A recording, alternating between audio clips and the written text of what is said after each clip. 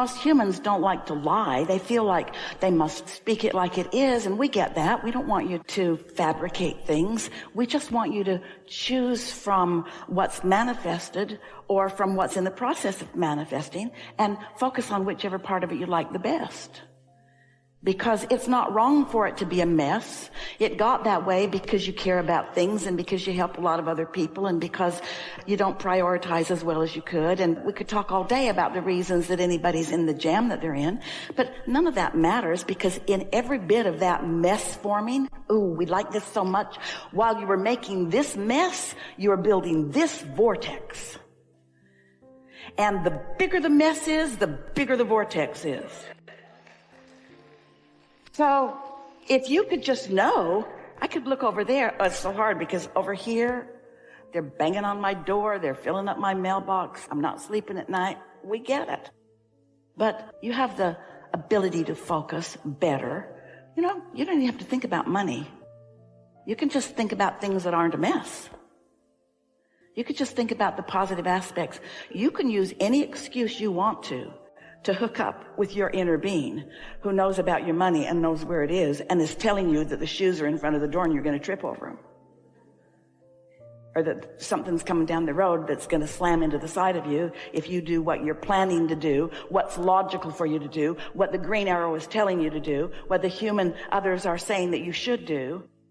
There's all kinds of things that you might be doing because by whatever standards it's the right thing to do, but your inner being is taking it all into consideration in an absolutely non-judging way about what's right and wrong, and is calling you constantly to your path of least resistance. So what you want to do is start finding the path of least resistance rather than the rightness or the wrongness. Esther didn't say to Jerry, I'm so ashamed of you. That arrow was green and you just sat here. You just sat here like a non-compliant person. It's your outcomes that you're wanting to pay attention to, the connecting of the dots. So you want to turn thought to presence of money rather than turning thought to absence of money, because it's the same process. Doesn't seem like it, does it? The absence of money seems different than the presence of money, but it isn't. Because wanted or unwanted, there's always a vibrational version of it first. Did you know the absence of money is a vibrational version? There's no source of evil like there's the source of good, any more than there is the source of darkness like the source of light. It's just what you are focused on, what you're letting in any moment in time. If you want to get right to the specific subject of money, you've got to find a way to feel different about money. And we encourage that you make games of it instead of hardship, because it's easy to let it be hardship because the momentum of the hardship's been going on for a while. But if you can find a way to make a game of it, we encouraged many friends early on in the work that we're doing through Esther to get a column or pad and just column, and write down what you have to pay every month, starting with the big stuff all the way to the littler stuff. So it was usually house payment and then car payment and then, and over there's a bicycle payment maybe or something. However it works out for you. And then say to yourself as you look at it, and be real about it, this is what I've promised to do, or this is what I need to do, or this is what I want to do. Put vacation fund in there too, and gift fund. Put anything in there that is important to you. And then look at it and say, I've decided to do this. I'm going to do my very best to do it. And sometimes I'm going to do double what I said I was going to do. And then on the very last column, the one that's the smallest, pay it twice. And say to yourself, see? I'm going to do my best to do all of it, and I did that one twice. Now, your logic might kick in and say, why are you paying something that you don't need to pay while you're not paying things that you're supposed to pay? And the answer is because I'm turning this into a game, because I feel how I feel, and I get what I'm feeling. What I'm feeling is what I'm getting. So this hardship, this not enoughness is what I'm feeling. So the law of attraction can't deliver what I've asked for, what I deserve, what's lined up, what's on its way, Because the law of attraction cannot defy the resistance that I'm adding to the equation. It's all about momentum and inertia and resistance and friction. And friction slows things down. Now, you want some friction, otherwise you'd fly off in the bushes when you don't really want to. You like inertia. Inertia says if it's going that way, it's going to keep going that way unless something really changes. If the road stops going, you're still going to go that way, even though the road went that way. In other words, so you want some friction, you want some ability to control yourself. That's what your thoughts and emotions are all about. But understand that it's not going to change until you change the way you feel. And you got to figure out how to change the way you feel without the conditions having to change first. That's why you're going to make a game of finances. It's already in motion. There's already a track that's been laid, but you're laying a new track. This is going to be fun. And what you'll notice is, before you know it, that last one over there, there's nothing else on it. You paid it all off. Psh, happened really fast. Ooh, that felt good. It was a game. Instead of feeling tense and uncomfortable about whatever it is showing up in your inbox or your mailbox or wherever it shows up, you find yourself looking forward to it because it's more reason to play the game. You wish that you could play the game every day instead of just that one day. Do you have a pile of things that you're supposed to do that are in a corner in your somewhere and you haven't even opened them yet? Do you have any of those piles? Because you don't want to face what's in those because that doesn't feel fun. That feeling of not ready to start is contradicted energy. This game won't feel like that. Because as we were talking earlier, when you have an idea of something that you care about, that you want, and you focus on things that are in harmony with that, so it just keeps feeling good, the momentum calls you and you can't not go.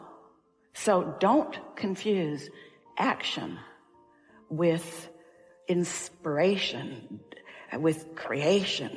There are a lot of things that you just don't feel like doing, and when you don't feel like doing something, it's not good to do it anyway, because you're trying to use action to cover up for the lack of alignment. But don't use your I don't feel like doing it as an excuse either. Get into alignment and then do what you feel inspired to do. It's split energy when you want it but. It's split energy when your inner being knows what you want and is focused on it and you're focused on the opposite. That's split energy too. It's split energy when you say you're going to do something and don't do it and then feel guilty for not doing it. It's not split energy when you said you were going to do something and you don't feel like doing it, so instead you do something you feel like doing. Did you hear that? It's split energy when you say you're going to do something and you mean it and then you don't do it. But it's not split energy when you say you're going to do it and then don't feel like doing it and feel like doing something else and you do what you feel like doing.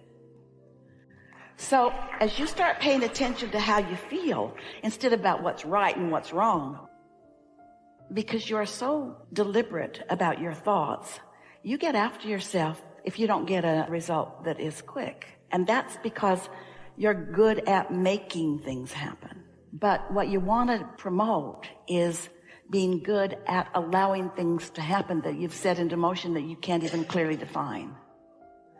Because it is our promise to you, it's going to surprise you in more ways than it won't.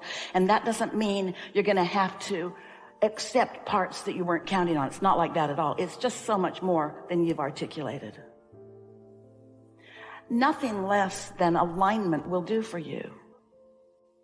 You really have to get to this place in order to feel really good, comfortable about it, where you really do trust that you get to choose, that you have been choosing, you've done a really good job of choosing, and your choices, from our perspective, are complete. In other words, we don't think you need a whole lot more to define what this is all about.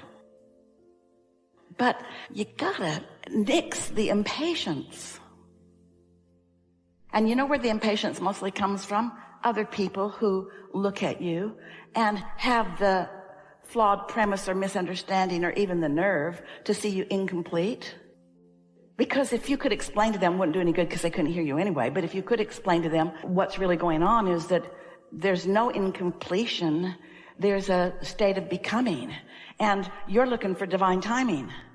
And divine timing is about things lining up, and only the law of attraction knows how to do that. So We really appreciate all you deliberate creators. We really do. But if you will stop trying to be the law of attraction and just go with the flow of the law of attraction and know that you're out of whack with your own asking when you feel anything less than eager anticipation. Jerry and Esther used to roam around in a lot of places where there were beautiful things to buy. Cars, rugs, furniture, clothing, jewelry, stuff, beautiful things. Esther really loves it when vibration turns into things like that.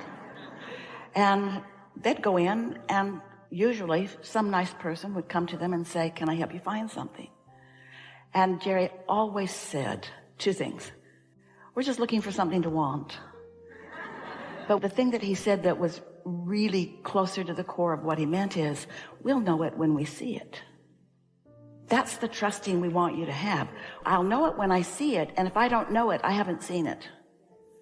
When I'm not chasing it down the street, licking at the ankles, I haven't seen it. When I'm not waking up, and that's the only thing I can think about, I haven't seen it. In other words, I'm trying to make it happen. But when it feels like that, you've seen it. Then give your undivided attention to that for a while. Do you accept the existence of the vibrational reality that is the precursor to everything that is manifested? Yes. And do you acknowledge that it has a vibrational frequency that you want to match if you want to attract what's in it? And do you accept that your inner being knows what's in it and is focused upon it, and that you can feel that you have an awareness of your alignment with your inner being? Is that something that's easy for you to contemplate? So does your logic tell you that when I'm worried, I'm not on the signal? And I'm not going to get closer to it either because I've introduced resistance instead. So what I want can't be. Isn't that easy to understand? It takes a while to hone in, doesn't it?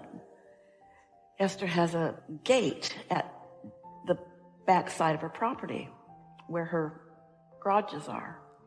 And she pushes a button and the gate opens, and she can push it and make it stay open, but she lets the gate close unless she knows that someone needs to get in. And if she's pushed it open and it wants to close and something gets in the way of it, it will stop because there's a transmitter and a receiver that keep the gate from closing on a car or a person or even a little dog.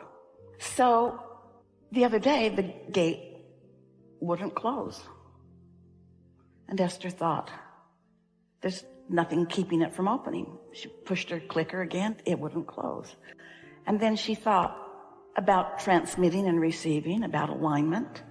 And she thought, oh, look at that little thing right there. And she looked over there, and there, transmitter, receiver.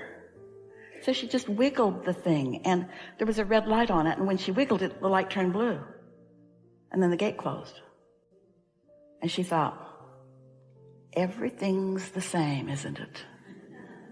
Everything in your physical world goes by the same laws of physics in the physical, but what should we call it in the non-physical? These are powerful laws that don't bend to your confusion. Your confusion has to yield to these laws. That's what this is all about. So we talk endlessly about how you feel, because how you feel is your closest indicator about when you've got resistance in the way, when you're in alignment or when you're not, when you're in alignment, when you're not, when you're in alignment or you're not, yeah? So in the case of the gate, when the thing is lined up right, everything's good unless something gets in the way and blocks a signal. Well, when you've got your signal blocked, you feel negative emotion. You're blocking the signal. Or when you're not lined up, it doesn't light up. You see what we're getting at? So just think in terms of how you feel for a little while and then watch what happens.